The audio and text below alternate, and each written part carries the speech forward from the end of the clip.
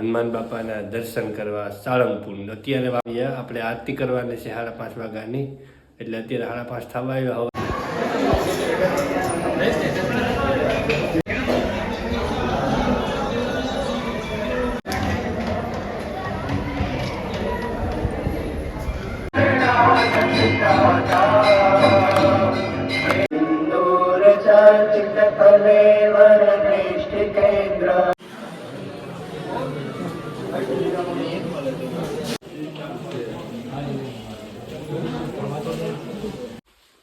તો ભાઈ જય નથરાજ ને રામ રામ બધાને. કેમ છો બધા? મજામાં હસતા ખેલતા હોય ને રાજી હોય. અને હવે આપણે જવાનું છે, આગલા બ્લોગમાં વાત થઈ એમ, હનુમાન બાપાના દર્શન કરવા સાળંગપુર. અત્યારે વાગવામાં 5:30 થવા આવ્યા. આપણે આરતી કરવાની છે 5:30 વાગ્યાની, એટલે અત્યારે 5:30 થવા આવ્યા. સવારે વહેલા ઉઠી ગયા, આપણે નાહી ધોઈ લીધું, કમ્પ્લીટ થઈ ગયા, કપડાં બદલાવી લીધા અને ડાયરેક્ટ હવે જવાનું છે મંદિરે. આપણે અહીંથી રૂમમાંથી ચેકઆઉટ કરી અને ડાયરેક્ટ મંદિરે જવાનું. મંદિર આખું બતાવું તમને અને દર્શન કરાવું અને આરતી કરીએ આપણે, બરાબર?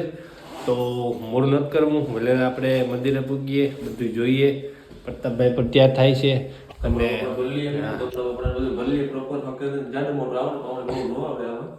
એટલે હવે નીકળીએ આપણે બંને. એટલે વહેલા મંદિરે ત્યાં તમને બધું બતાવું, પછી આગળની જે વાત છે તો એ કરીએ. મેન આપણે આરતી કરીએ અત્યારે, બરોબર?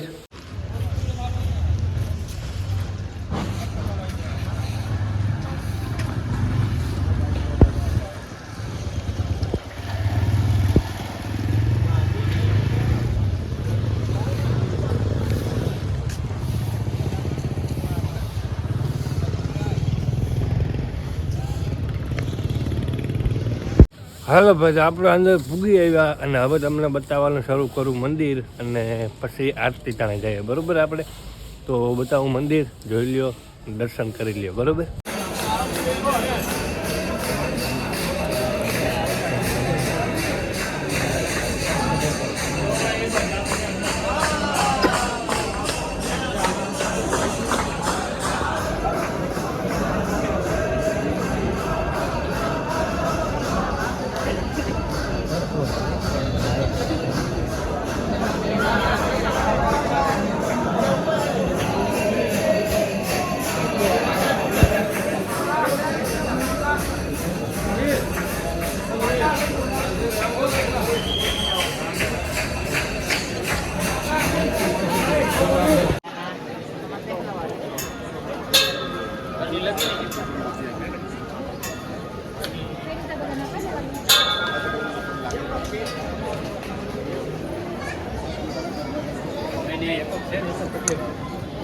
તકલીફ છે ને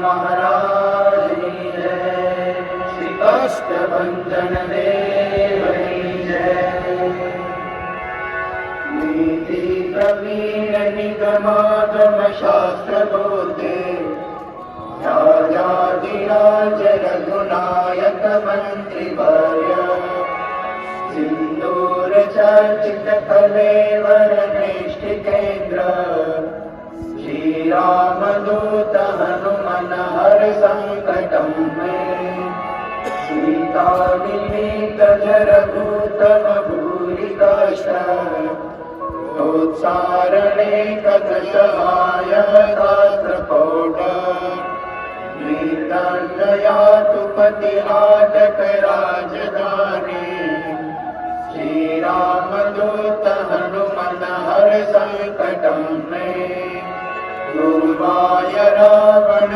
विसर्जित शक्ति दाता कंठासुर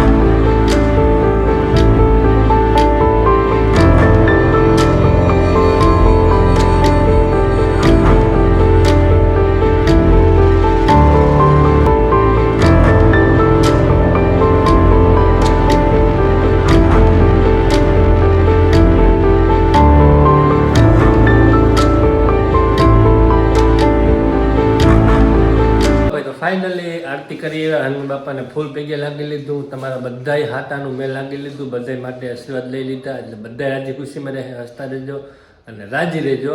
તો હવે ફાઇનલી આપણે અહીંથી ચેકઆઉટ કરીએ, રૂમેથી નીકળીએ. ગોદડા બોદડા બધા ભરી લીધા, પત્તાભાઈનો ઠેલો ભરાઈ ગયો, એટલે હવે જોરી બોરી લઈ અને નીકળીએ. પછી આગળ આપણો રૂટ હજી બહુ લાંબો છે.